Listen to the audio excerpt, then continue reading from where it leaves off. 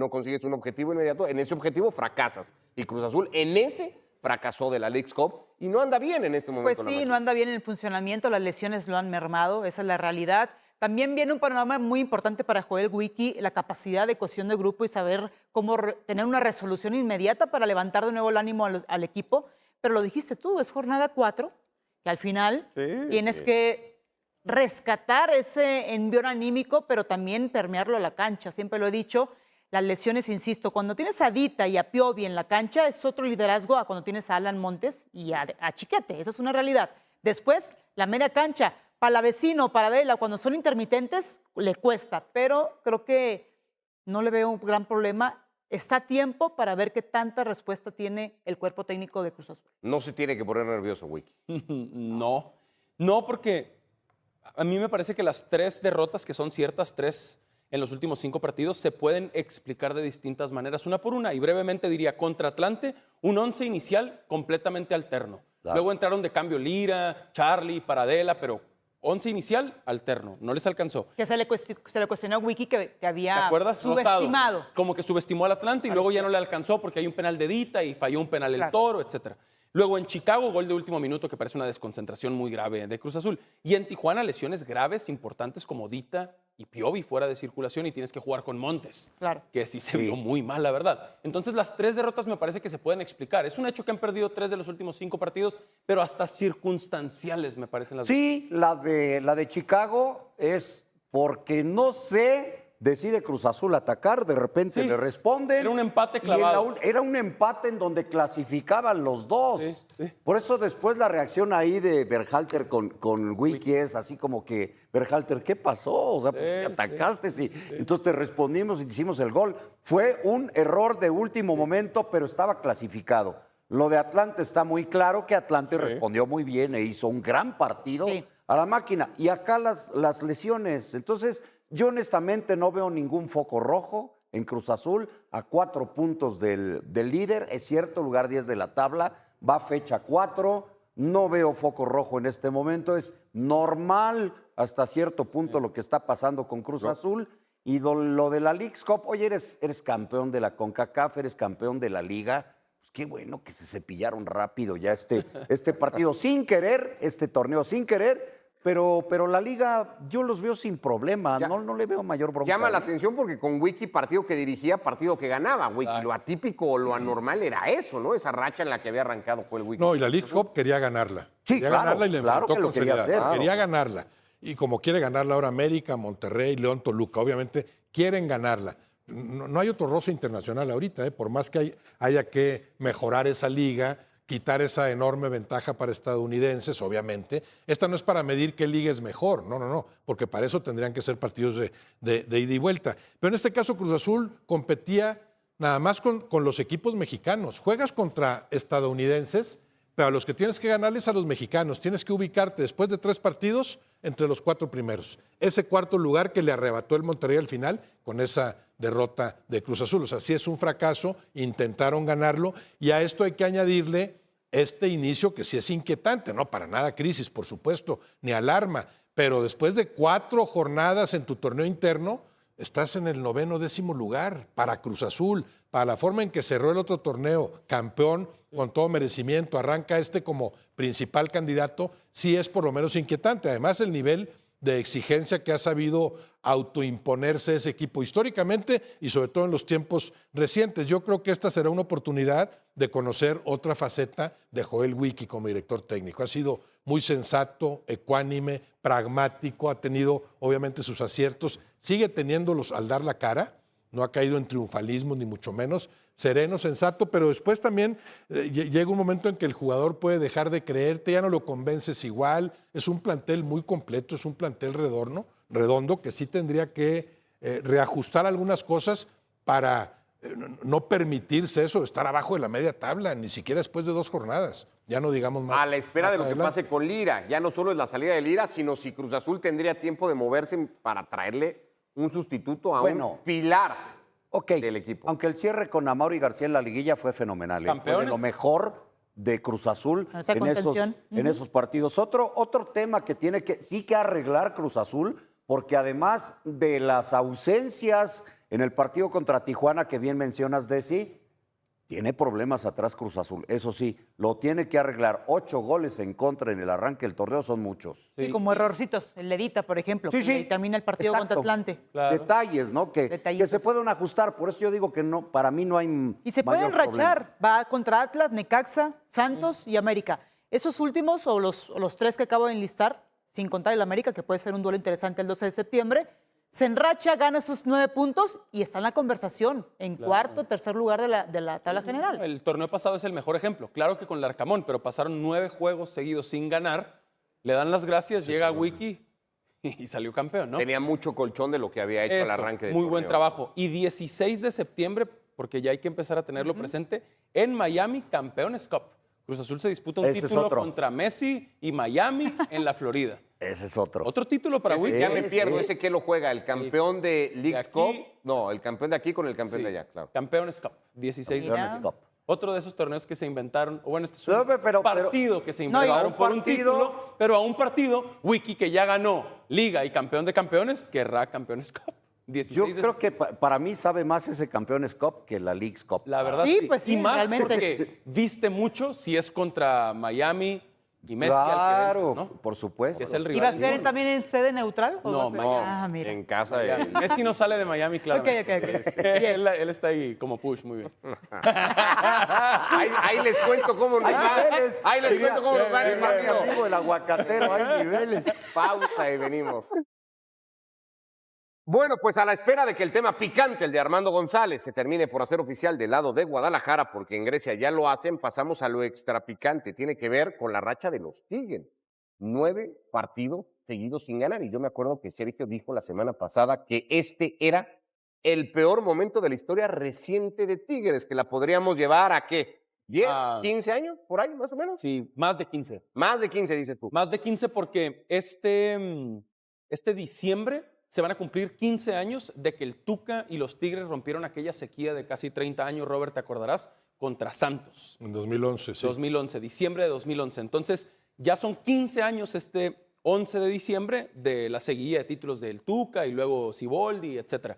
Entonces, de ahí para atrás, sí me parecen los tiempos más oscuros de los Tigres desde antes de esa última etapa del Tuca. Sí, Desi, tan Pues es profundo, que- porque podemos volver a remitirnos a fecha 4 del torneo, ¿no? Totalmente, pero sí me imagino que va más a la interna, ¿no? Todo lo que está demostrando la directiva, que salen a declarar, que en ocasiones los líderes en la cancha no responden, el tema de Nahuel, lo de Guiñac, que fue ovacionado por su propia afición unos partidos antes y él muy molesto, sí agradecía a la gente, pero que no venía directamente la directiva a un despido como él lo planeaba. No sabemos a la interna y creo que ese tambaleo se permea a la afición. El aficionado es muy, muy exigente. Para mí te puedo decir que es una afición dura, una de las mejores aficiones en México, pero está consciente de que ahorita tienen un recambio generacional, algo que tiene que ser de reestructura y está sufriendo las consecuencias de ese mal momento que está pasando. No sé si es porque no se estén tirando de cabeza, porque antes te imaginabas, Pietra, que todos se tirarían de cabeza por ir a Tigres a dirigir, y Tigres pasan y pasan los días y no tiene técnico. No tiene técnico, aunque algunas opciones sí aparecieron. La de Barros Esqueloto ya está descartada, sigue por ahí la posibilidad de Juan Carlos Osorio y algunos otros. Otra que me parece tampoco se va a dar es que Elizondo continuara al frente del equipo. Es un equipo que ha ganado un punto de 12 en la liga. Es un equipo que hace algunas temporadas decía mi Piojo, se hizo viejo, hoy sí ya. Bueno, tan viejo que muchos Entonces, ya se fueron. tenía razón. Pero Se estaba haciendo. ahora, Todavía pero lo le dijo hace quedaba como 5 años. una Todavía salieron probadita, ¿no? No tuvo campeones, ¿no? razón. Todavía Sí, salieron pero campeones. En ese Estaba momento haciendo. no tuvo razón. Se estaba haciendo. Hoy ya se hizo tanto que No, pero tiene razón por la la visión mayoría ya que se fueron. tenía. A No, futuro. pero No. qué visión si lo Él sacaron dijo en campeón tiempo después de presente. él. Bueno. Él dijo en tiempo presente. El mercado de pases de Cruz Azul se transformó en las últimas horas en una historia con más vueltas que un partido definido en los últimos minutos. Y lo que arrancó como un simple rumor de fichaje terminó destapando una trama de presión salarial. Cifras que sorprenden y un vestidor que decidió hablar sin filtros. En paralelo, dentro de la cancha, la máquina atraviesa el tramo más incómodo desde que Joel Huicui tomó el mando del equipo. Algo que ya despertó posturas encontradas entre viejas glorias del club. Y como si fuera poco, aparece un dato que golpea directo al orgullo cementero, porque pese a ser el campeón vigente de la Liga México, El club ni siquiera se asoma al podio de los planteles más valiosos del país. Todo esto ocurre al mismo tiempo, justo en la semana en la que Cruz Azul necesita reencontrarse antes de un partido que puede marcar el rumbo del semestre. Antes de meternos de lleno, deja tu me gusta y contanos en los comentarios qué tema te generó más ruido, porque en un rato te vamos a preguntar de nuevo. Vamos a comenzar hablando primero sobre el culebrón que protagonizó Carlos Vinicius en las últimas semanas, un caso que mezcla fútbol, negocios y una jugada que, de confirmarse, dejaría a más de un club mexicano con el buzón vacío. El delantero brasileño, hoy en las filas de Gor, Mio, se convirtió en uno de los nombres más repetidos alrededor de Cruz Azul durante el cierre del libro de pases. La razón futbolística resultaba evidente, porque el equipo celeste necesitaba potenciar su ofensiva de cara a la recta final de la Copa de Ligas. En un momento donde Nicolás Ibáñez y Gabriel Fernández no lograban consolidarse como la referencia goleadora que pedía el cuerpo técnico, ninguno de los dos terminaba de mostrar la contundencia necesaria. Y esa carencia dejó la puerta abierta para que aparecieran alternativas en el mercado. Ahí fue cuando el nombre de Vinicius empezó a sonar fuerte, alimentado además por un dato contractual jugoso. El delantero tenía vínculo con Gor, Mio hasta diciembre de 2026. Y al no haberse cumplido las condiciones pactadas para una renovación automática, quedaba habilitado para negociar un precontrato con otras instituciones.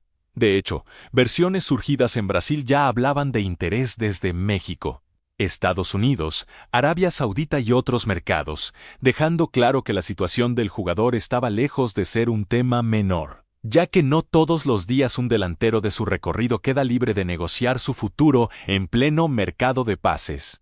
El primer rumor que sacudió a la hinchada cementera llegó desde Argentina, de la mano del periodista Juan Pablo Méndez, corresponsal del diario Olé en Porto Alegre, quien aseguró que Cruz Azul mantenía conversaciones avanzadas por el delantero. Tenía sentido desde lo futbolístico, porque el equipo buscaba variantes para reforzar su ataque y el brasileño reunía justo lo que se necesitaba: experiencia internacional, presencia física y paso por ligas europeas de peso. La afición, como suele pasar en estos casos, no tardó en ilusionarse. Y las redes sociales del club empezaron a llenarse de comentarios pidiendo que la directiva cerrara la operación cuanto antes. Pero cuando todo parecía indicar que Cruz Azul tenía el camino allanado, apareció un invitado que nadie esperaba y que cambió por completo el tablero. Club América entró en escena y, según distintas versiones, habría ofrecido $6 millones por el delantero. Ese movimiento convirtió lo que sonaba a negociación directa entre Cruz Azul y Gor, Mio en una pulseada entre dos gigantes de la Liga México, algo que en cualquier mercado suele encender las alarmas de ambas hinchadas por igual. Para colmo, del lado celeste la operación no era sencilla, porque la eventual llegada del atacante obligaba a resolver el tema de los cupos para extranjeros y a encontrar la forma de hacer viable, en lo económico, un movimiento de esa magnitud, considerando además el resto de refuerzos que el club ya había sumado en el semestre.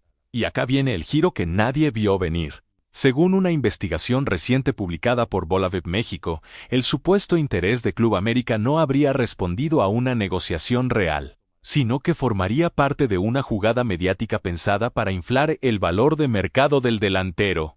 En ese contexto apareció una teoría que empieza a ganar terreno, la cual sostiene que Vinicius habría utilizado a propósito los rumores que lo ligaban tanto a Cruz Azul como a América para presionar en la renovación de su contrato con Gor, Mio. Esa versión, vale aclararlo, no fue confirmada oficialmente por ninguna de las partes, así que sigue circulando como hipótesis periodística y no como hecho comprobado. Aunque la coincidencia de tiempos entre los rumores y las negociaciones internas del club brasileño llamó bastante la atención de los medios que siguieron el caso de cerca. Lo que sí aparece como dato concreto es que el futbolista busca un aumento salarial fuerte, mientras el club brasileño intenta contener gastos, lo que explica por qué el ruido llegado desde México podría haber pesado en la negociación interna. Según ese reportaje, el delantero habría pedido 25 millones de reales mensuales. cifra que suma sueldo base, bonos por rendimiento, partidos jugados y títulos conseguidos. Llevado a un cálculo anual, ese monto representaría cerca de $575 millones por temporada. Una cifra que ubicaría al jugador entre los mejor pagos del fútbol brasileño si finalmente se concreta, y que además daría una pista bastante clara de hacia dónde apuntaba realmente toda esta operación desde el primer momento. Cuesta no leer esto como una movida bastante calculada del entorno del jugador, porque usar el ruido del mercado como moneda de cambio no es nuevo, aunque deja un sabor raro entre los hinchas celestes que por unos días soñaron con verlo de azul. Ilusión que terminó desinflándose casi tan rápido como había nacido. Ya que hablamos de fichajes que se cayeron o que nunca fueron del todo reales, ahora vamos a hablar de los que sí llegaron, pero que según una voz autorizada dentro del club, no alcanzan. Emmanuel Tito Villa, ex delantero cementero y hoy analista de TUDN, habló en exclusiva con Vamos Azul y no se guardó nada al evaluar el trabajo hecho hasta ahora en el mercado. Lo que más ruido generó fue su lectura sobre las llegadas de Alan Montes y Juan José Calero, dos refuerzos que, según su mirada, no fueron pensados para transformarse en piezas determinantes, sino más bien para sumar opciones dentro del plantel. Villa fue directo al señalar que, incluso siendo campeón vigente, un equipo siempre debe buscar la manera de fortalecerse, y remarcó que en este torneo puntual tanto Montes como Calero aportaron variantes, pero no necesariamente consolidaron al equipo en las posiciones donde fueron incorporados.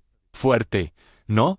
Y ojo que todavía falta la parte más picante de su análisis, porque el ex delantero fue más allá de la simple evaluación de lo ya hecho y se animó a señalar exactamente qué le falta al plantel para dar el salto de calidad que la afición espera. Estas declaraciones agarran más peso si se mira el presente futbolístico de ambos jugadores.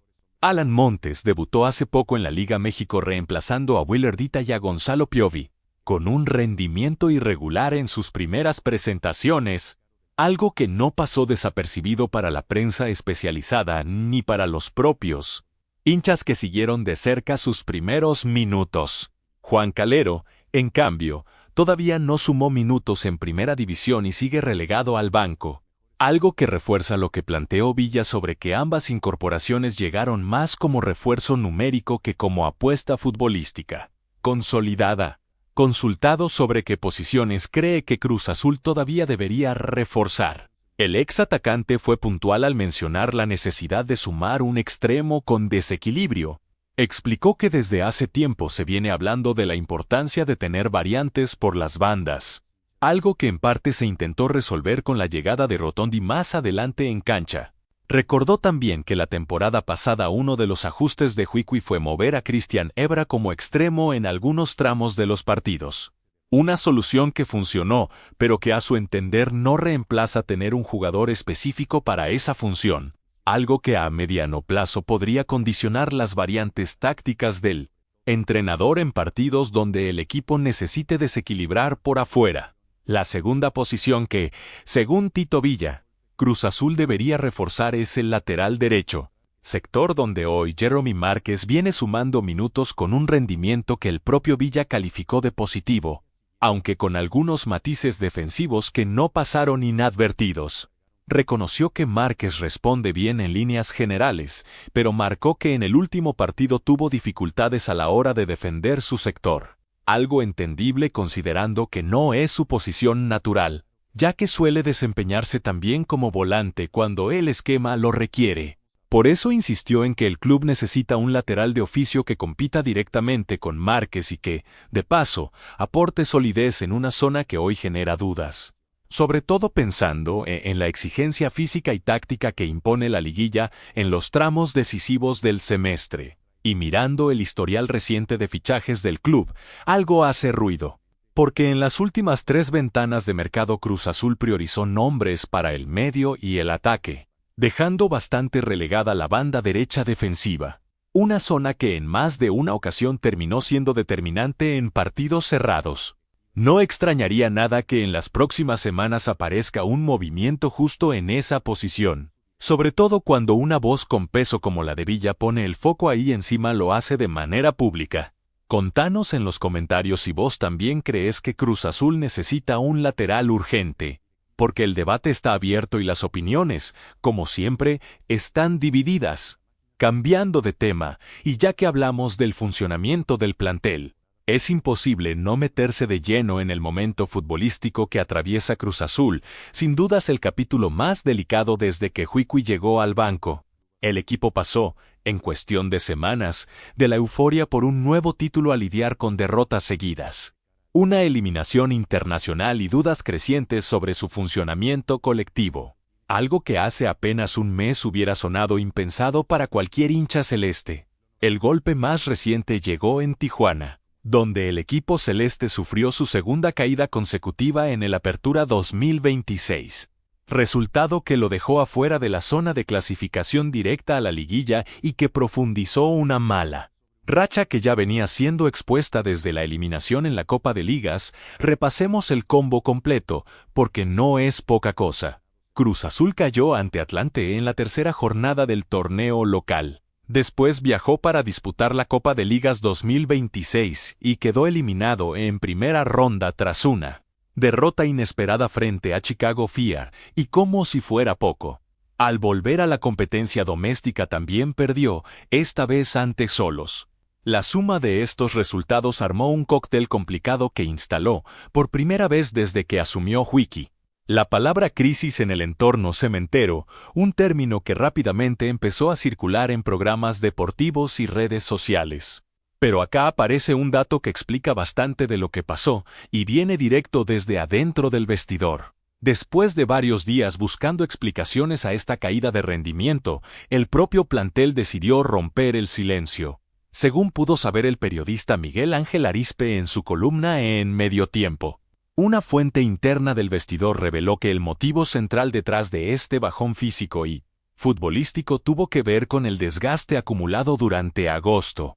La fuente explicó que el equipo tuvo que recorrer más de 12.000 kilómetros en apenas 11 días, sumando más de 30 horas de viaje, un esfuerzo físico que terminó pasando factura en la cancha y que, según el propio relato, ni siquiera los jugadores más experimentados del plantel lograron sobrellevar del todo bien. Solamente en la Copa de Ligas 2026, sin contar el vuelo de regreso a México, Cruz Azul recorrió cerca de 570 kilómetros dentro de Estados Unidos para disputar sus 3 partidos en poco menos de 10 días.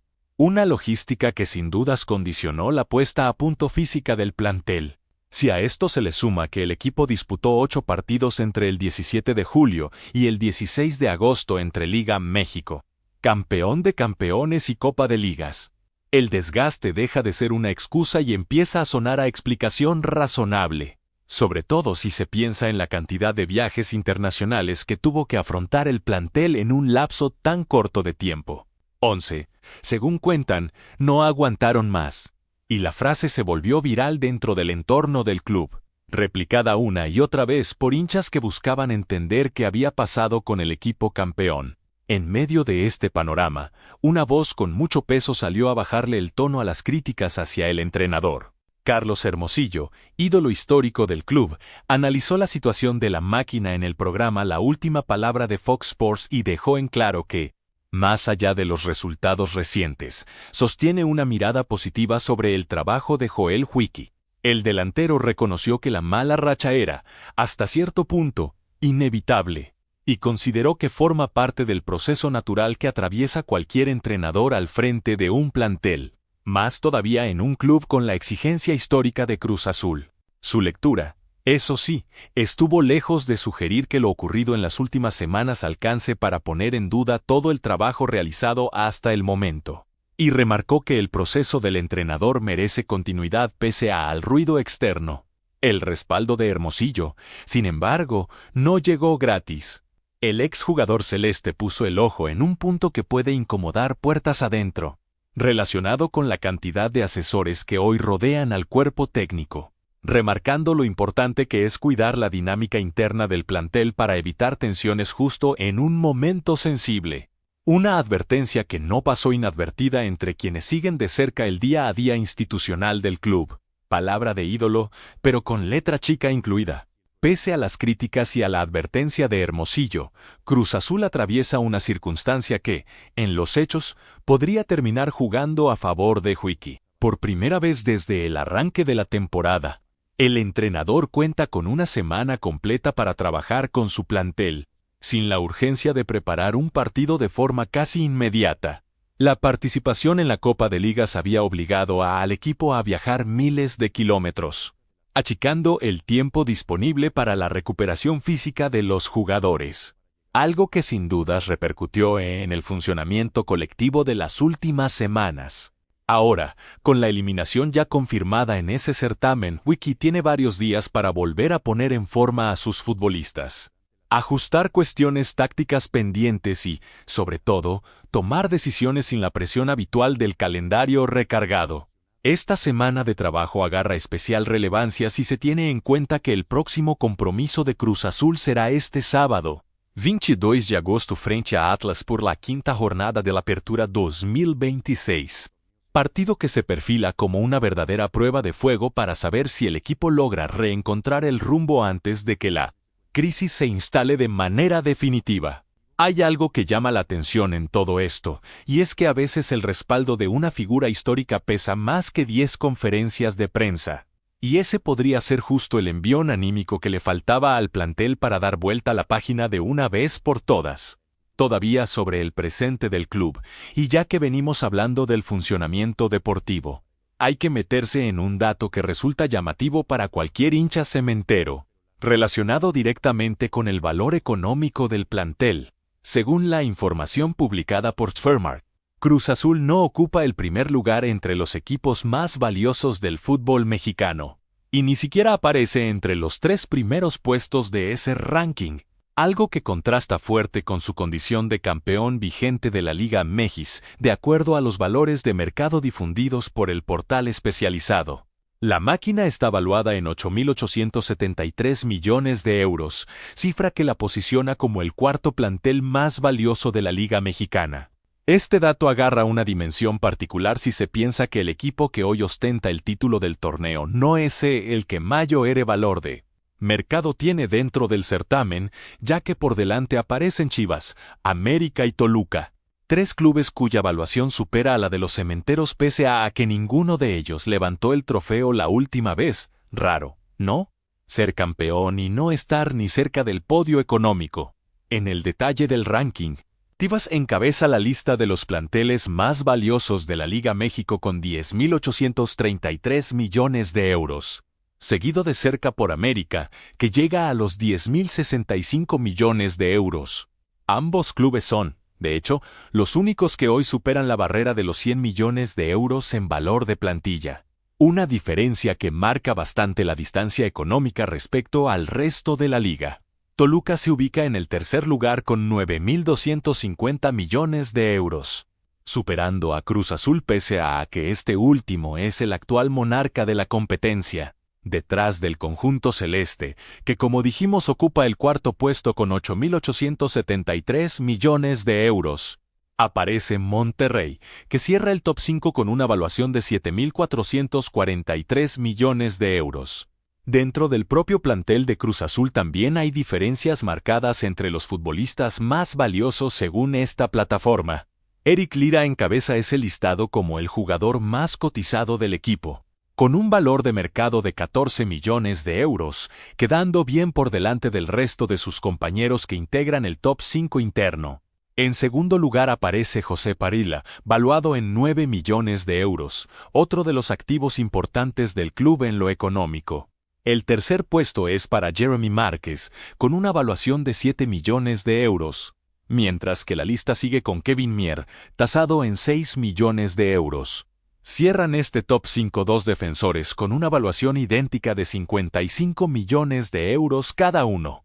Willer Dita y Jesús Orozco Chiquete. Hay quienes van a decir que esto es solo un número frío sacado de una web, pero en el fútbol moderno ese número suele anticipar bastante del potencial competitivo de un plantel a mediano plazo. Y ver a Cruz Azul afuera del podio, siendo campeón vigente, debería prender alguna alarma de cara a las próximas ventanas de fichajes. sobre todo si la dirigencia pretende sostener el nivel competitivo que el club mostró en el último semestre. En definitiva, la semana que atraviesa Cruz Azul junta prácticamente todos los condimentos posibles dentro del mundo del fútbol, desde un rumor de fichaje con final inesperado, pasando por críticas concretas sobre los refuerzos ya confirmados, hasta una mala racha de resultados que puso a prueba la solidez del proyecto de Joel Huicky, sumado a un dato económico que golpea directo el orgullo institucional del club. Lo concreto es que, más allá de los tropiezos de las últimas semanas, la máquina cuenta con el respaldo de figuras históricas como Carlos Hermosillo y con el tiempo necesario para reorganizarse antes del duelo frente a AS. Lo que pase este sábado va a decir mucho sobre hacia dónde va este equipo en lo que resta del semestre. Así que no te vayas sin dejar tu comentario contándonos cuál de todos estos temas te dejó más picando. Y quédate atento porque en cuanto haya novedades del partido ante ALS, te lo contamos acá mismo.